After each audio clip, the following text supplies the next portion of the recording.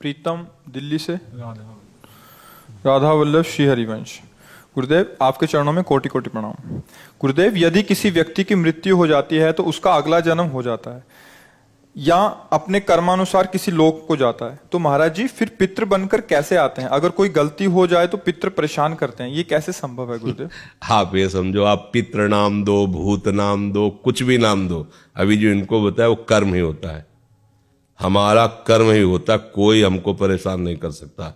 कोई देवता, कोई भूत, कोई प्रेत, कोई पितर, ये बात गांठ बांध लो, कोई तांत्रिक, कोई सिद्ध। यदि मेरा कर्म गलत नहीं है तो विश्व ब्रह्मांड में किसी की ताकत नहीं है कि वो हमको दंड दे सके, क्योंकि सबका शासन करता भगवान है, ईश्वर है। अगर कोई अपने तप का प्रभाव भी करना चाहे, मान लो तपस्वी है, तो बीच में आके खड़ा हो जाएगा, बिल्कुल वो भजन नहीं करता पर वो निष्पाप है, उसने अपराध नहीं किए, तो किसी न किसी रूप में भगवान आके खड़े हो जाएंगे, उसकी रक्षा कर लेंगे। इसीलिए उनका एक नाम है ईश्वर। संपूर्ण जीवों का शासन उनके हाथ में है और सब जगह विराजमान है। यार, मैंने तो भगवान को पुकारा ही नहीं, लेकिन मेरा सब काम बन गया। ऐसा फंस रहा था, ऐसा गिरने वाला था कि मर जाते, ये लोग फंसा लेते। ऐसा कौन बचाया?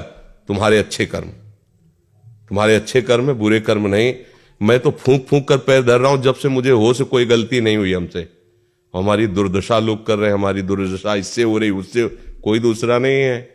बोले तुम्हारे कोई चक्कर है, ऊपरी चक्कर है, लोग ऐसे कहते हैं। वो अरे ऊपरी और भीतरी, केवल तुम्हारे कर्म का चक्कर है, दूसरा कोई नहीं है। वही कर्म भूत बन करके तुम्हें सताएगा, वही कर्म पितर बन करके, वही कर्म ग्रह बन करके सताएगा, कोई नहीं सता सकता।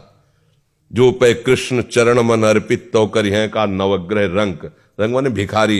ये भिखारी नवग्रह तुम्हारा बाल बांका भी नहीं कर सकते यदि कृष्ण चरणारविंद में चित्त लगाए हो, और सब ग्रह तुम्हारे अनुकूल है और प्रभु से तुम विमुख हो, तो कोई तुम्हारी रक्षा नहीं कर सकता। तुम्हारे कर्म तुम्हें नष्ट कर देंगे। ये सिद्धांत सबकी समझ में नहीं आता है। अगर समझ में आ जाए तो भूल जाओ कि कोई पितर है, कोई भूत है, कोई प्रेत है। वही है, वही, दूसरा कोई नहीं है। वही तुम्हें दंड देने के लिए कभी भूत बन जाते हैं, कभी मृत्यु बन जाते हैं, कभी नाना प्रकार की घटनाएं बन जाते हैं। और इसीलिए उनका भजन करोगे तो असली रूप में आपको मिलेंगे। प्रेमानंद स्वरूप, महान सौंदर्य समुद्र, करुणा समुद्र। वही नहीं कहते, जो विमुख है, अधर्माचरण करता है, उसके लिए मैं काल रूप भयंकर हूं। भगवान ही कह रहे, मैं उसके लिए भयंकर रूप हूं। देखो, भगवान का ही एकमात्र स्वतंत्र साम्राज्य है। वही बनने वाले, वही बनाने वाले हैं। बस सावधान होकर उनका भजन करो, कोई कुछ नहीं कर सकता। जब आप मान्यता करोगे कि पितर हैं, भूत हैं, तो उस रूप में मिल जाएंगे। जाकी रही भावना जैसी, और आप बिल्कुल मान्यता हटा दो कि जो भी नाम रूप है हमारे प्रभु के ही हैं। हाँ, जो हमसे गलती हुई वो हम गलत हैं, हमसे पाप हुआ, हमसे अपराध हुआ, पर स्वामी हे नाथ आप कृपा करके क्षमा करो, कोई कुछ सताने।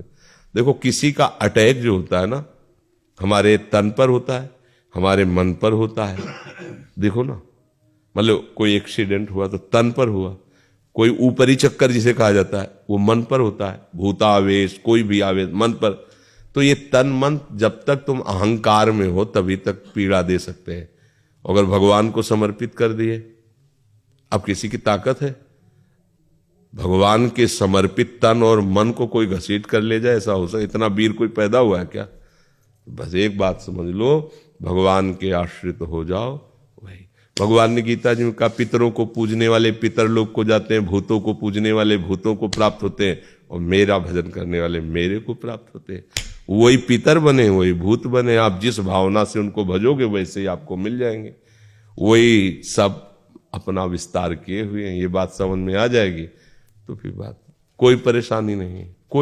देखो, गंगा किनारे जब हम भ्रमण करते थे तो अब तो नियम लग गया है कि आप लाश फेंक नहीं सकते। नहीं तो गांव के लोग जो है वहां जलाते नहीं थे। अब 10 कोस से आ रहे हैं, 100 रखे हुए, कहाँ वहां लकड़ियों का।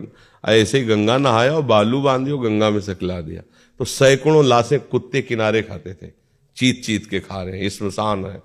कहीं हमको आज तक कोई परेशानी नहीं है। अकेले भ्रमण करते रहे, रात दिन गंगा जी का ही किनारा सेवन। बड़े बड़े हमको बंदूकधारी मिले, बैच जो बदमाशों के होते हैं। बस बहुत बातचीत की उन्होंने, हाँ ठीक है जाओ। पहले तो एक बार तो ऐसे मिले कि लोग, कोहरा छाया हुआ था, ठंडी का समय एकदम, बुलाया 8-10 लोग लगभग ऐसे, और सब शराब पिए हुए, ऐसा लग रहा था उनकी चेष्टाओं से। कहाँ से हो, क्या हो, कैसे हो, यहाँ कैसे? तो उनका यही हमारा जीवन है, गंगा के किनारे ही, और भगवान देखने के जान दो, ये बाबा जी भजन करता है, बोले जाओ जाओ जाओ। सब में वही भगवान बैठा हुआ है। अगर मान लो प्रारब्ध होता पीटने का तो 10-5 लाख जूता करते, फिर हटा देते। प्रारब्ध है शरीर का तो भोगना पड़ेगा, चाहे आप जितनी सुरक्षा में हो। जब प्रारब्ध, देखो प्रारब्ध बिगड़ जाए तो सुरक्षा वाला ही है, अंग रक्षक ही अंग भक्षक बन जाएगा। और प्रारब्ध अगर आपका सही, मतलब कर्म आपका सही है, तो मारने की नियत से, वो एक हमारे मौनी संत थे, वो गंगा किनारे काफी समय तक साथ ही रहे सेनपुर में।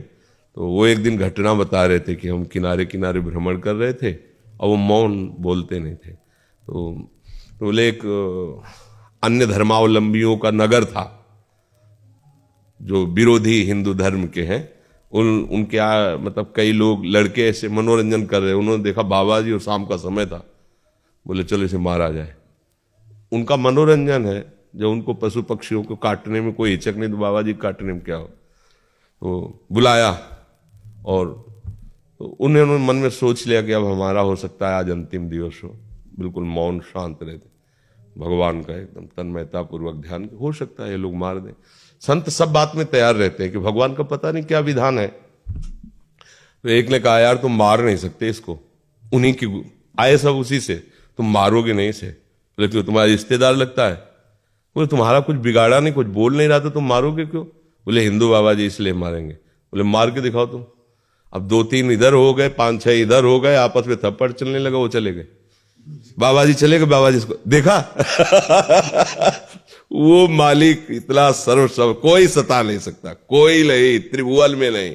इसीलिए देखो अपने लोग तो मानो पुरुष शरीर में बाबा जी हैं, स्त्री शरीर में राजमहलों में पली हुई मीरा जी, कोई आज तक ऐसा रिकॉर्ड नहीं कि किसी ने ऐसे छू पाया हो, आज तक नहीं। वो कई बार हमने गंगा यमुना बाई का चरित्र सुनाया है कि अकबर सम्राट का भांजा जो है ना, वो यहाँ का अधिकारी था आगरे का, वो यहाँ आया, देखा कि अब जो ब्रह्मचारिणी है पवित्र, तो उनका तेज और सौंदर्य का अलग ही होता है। वो देखकर लुभायमान हो गया और कहा जितना भी भेंट चाहिए इसको दो, और हमारे महल। बोले भेंट वाली नहीं, ये तो प्रभु का भजन करने वाली भगवान की भक्ता है, ऐसा सोचिएगा भी नहीं। पर वो अन्य धर्मावलंबी भी था, उसको इस बात का महत्व भी नहीं था, क्योंकि राजमद था भाई, सम्राट पद पे उसका रिश्तेदार बैठा हो तो काहे को दबेगा, यहाँ का अधिकारी खुद है आगरा मंडल का वो। तो उसने 2 वैश्याओं को बुलाया और कहा किसी भी तरह इसको हमारे पास लाओ। बाई जी सीधी सादी थी, वो साधु बन करके आई, वो बातचीत ऐसे साजे से संत करते हैं, वो बहुत चतुर थी कैसे फंसाना है। 10-20 दिन लगातार आए और खूब भगवान की चर्चा सुनी, बड़ा ऐसा, और प्रणाम करके। और वो सरल हृदय, संत हृदय, विश्वास ही हमारा साधन है। हम लोग थोड़ी संशय करते हैं कि पता नहीं चल कर रहा है कि आप हाथ जोड़े तो लगा भगवान का निज जन है। वैसे ही 2 दिन फिर नहीं आई, तीसरे दिन फिर आई, तो स्वभाव बनता है कि भाई 2 दिन आप बीमार थी क्या, क्यों नहीं? तो उनका हमारे यहाँ बहुत बड़े संत आए हैं, उनकी सेवा में हमारी तो इच्छा है आप भी दर्शन करें। तो उनका नहीं, हमारे तो वृंदावन में प्रभु के दर्शन हमें बोले नहीं, हमारी इच्छा है एक बार उन संत के तो उन्हें लगा कि चलो भाई संत दर्शन की कहे तो मथुरा कोई दूर थोड़ी है, चलो भाई कराती है, सखी है, रोज सत्संग में आती है हमसे, चली गई। जब वहां गई तो महल, तो उन्होंने सोचा संत है, चाहे महल में रखो चाहे झोपड़ी, हो सकता है कि ऐसा। तो अंदर जेवी दरवाजे की दोनों ने दरवाजा बंद कर देखा, वो हसन बेग दो अजीज बेग क्या उसका नाम था, वो सामने उन्होंने देखा इसकी तो काम दृष्टि है और ये तो मुझे फंसाया गया है। उनका दूर रहना, एक कदम भी आगे मत बढ़ना, इसी में तुम्हारा मंगल है, हम तुम्हारा मंगल चाहते हैं।